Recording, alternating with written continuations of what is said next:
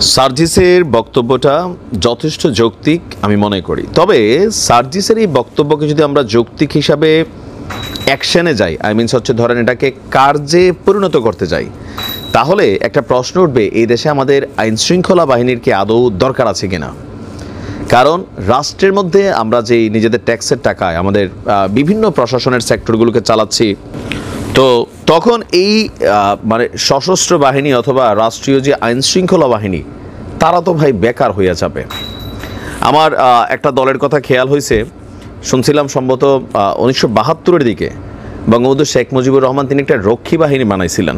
তবে ওই রক্ষী বাহিনীর হিসাবটা ছিল আলাদা, ওইটা এক ধরনের ভূমিকা পালন করত।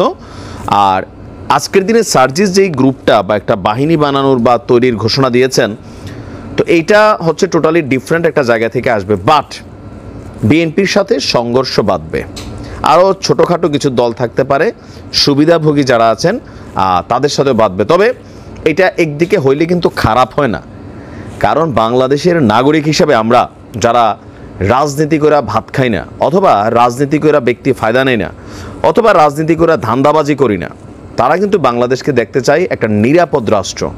এদেশের মানুষ ব্যবসা করবে, বাণিজ্য করবে, নারীরা ঘর থেকে বের হবে, বাচ্চারা স্কুলে যাবে, গুম থাকবে না, অপহরণ থাকবে না, চাঁদাবাজি থাকবে না। এগুলোতে মানুষ বিরক্ত, আমার আইনের কাছে আমি সুবিচার পাবো। তো এগুলা তো সবসময় আমাদের রাজনৈতিক নেতাদের বক্তব্য থাকে, কিন্তু বাস্তবায়নটা আসলে কতটুকু সম্ভব হয়েছে। বাস্তবতা হচ্ছে যেই দল ক্ষমতায় আসবে অথবা যে দল ক্ষমতায় থাকে, তাদের নেতা কর্মী বিভিন্ন হ্যান ত্যান তাদের ঠেলায় ওই এলাকার আমজনতা তারা নীরব থাকে, তারা আসলে মুখ ফুটে কোনো কিছু বলে না। ব্যবসা বাণিজ্য করার খাতিরে নীরবে চাঁদাবাজি চলে, মানুষ টাকাও দিচ্ছে। এই প্রেক্ষাপটে এই অন্যায় অনিয়মকে ঠেকাতে প্রত্যেক জেলা উপজেলার মানুষকে নিয়ে একটা গ্রুপ তৈরি করা হবে। এই বক্তব্য দিয়েছেন আপনার সার্জিস আলম। গতকালকে তার নিজ জেলা পঞ্চগড়ে মকবুলার রহমান সরকারি কলেজ মাঠে শীতবস্ত্র বিতরণ অনুষ্ঠানে তার এই মন্তব্যটা ছিল। তো তার বক্তব্য হচ্ছে যে সৃষ্টিকর্তা আমাদের যে সুযোগ দিয়েছে সেটি আমানত মনে করি, এই আমানত রেখে মানুষের কল্যাণে যা কিছু করা যায় আমরা করব। তো বিগত 16 বছরে রংপুর বিভাগ সহ অনেক জায়গায় বৈষম্যের শিকার হয়েছে। আর বলা হচ্ছে যে আচ্ছা যাই হোক, তো সার্জিসের এই উদ্যোগটা দরকার হয় না, কেন দরকার হয় না বুঝাই। আবার যদি আমাদের আইন শৃঙ্খলা বাহিনীকে বিরাজনীতিকরণ করে তাদেরকে মাঠে দায়িত্ব পালন করতে দেওয়া হয়, আবার আইন শৃঙ্খলা বাহিনীর মধ্যে যদি কেউ এই যে ধরেন দীর্ঘ 53 বছরের আইন শৃঙ্খলা বাহিনী আমরা মাথার মধ্যে নিয়েই নিয়েছি। আপনি বিভিন্ন জেলা উপজেলা থানাতে খোঁজখবর নেন, বিএনপি নির্বাচন তো বহুত দূরে, এখনো ক্ষমতায় আসে নাই। তো লোকাল থানা পুলিশ বিভিন্ন জায়গায় বিএনপির একজন নেতা গেলে ওসি সাহেব সমীহ করছেন, সেকেন্ড অফিসার সালাম দিচ্ছেন, কনস্টেবলরা চায়ের ব্যবস্থা করতেছেন। কেন? আগামী দিনে তারা রাষ্ট্র ক্ষমতায় আসবে, সুতরাং তাদের সাথে ভালো সম্পর্ক দরকার। এখনও কিন্তু আসে নাই, আগামী দিনে আসবে। আরও 1-1.5 বছর পরে নির্বাচন হবে, নাও আসতে পারে, জামাত আসতে পারে। বাট আমাদের বাংলাদেশের ম্যাক্সিমাম জনগণের সেন্সে ঢুকে আছে যে বিএনপি আসবে, সো বিএনপির সাথে ভালো সম্পর্ক রাখা জরুরি। কিছু কিছু এলাকায় এমনও আছে যে লোকাল একজন ছাত্রদলের নেতা অথবা অমুক ওসি সাহেবের সামনে চেয়ারে গিয়ে যেমনি বসে, মনে হয় যে ধরেন দল ক্ষমতায় চলে আসছে আর তারেক রহমান তার একটা আলাদা টিকিট দিয়ে দিছে যে তুমি আমার খাস লুক লাগো।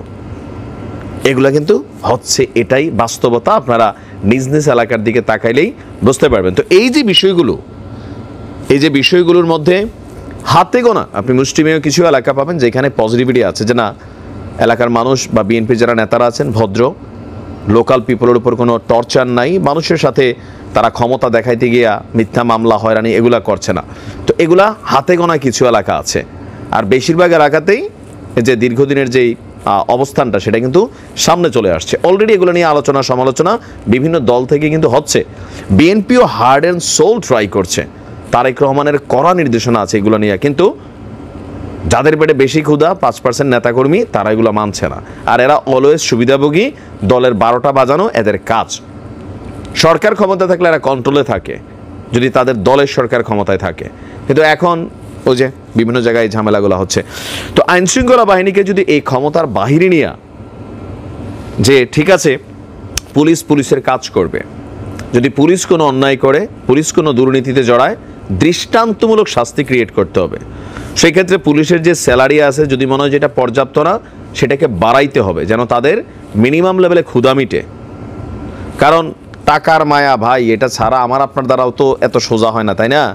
দেখা গেছে যে পুলিশ আমাদের বাড়িতে গেছে, আমাদের বাঙালিদের যেটা হয়, আসার সময় 2,000 টাকা গাড়ি ভাড়া বের করে দিচ্ছি, আর নিজেরা যদি গিলটি হই, অপরাধী হই, 10,000 20,000 থানাতে দিয়ে দিচ্ছি, সাথে সাথে ভাই প্লিজ দেখেন, এই না সেটা নিতে না, সেটা জোর করে দেয়।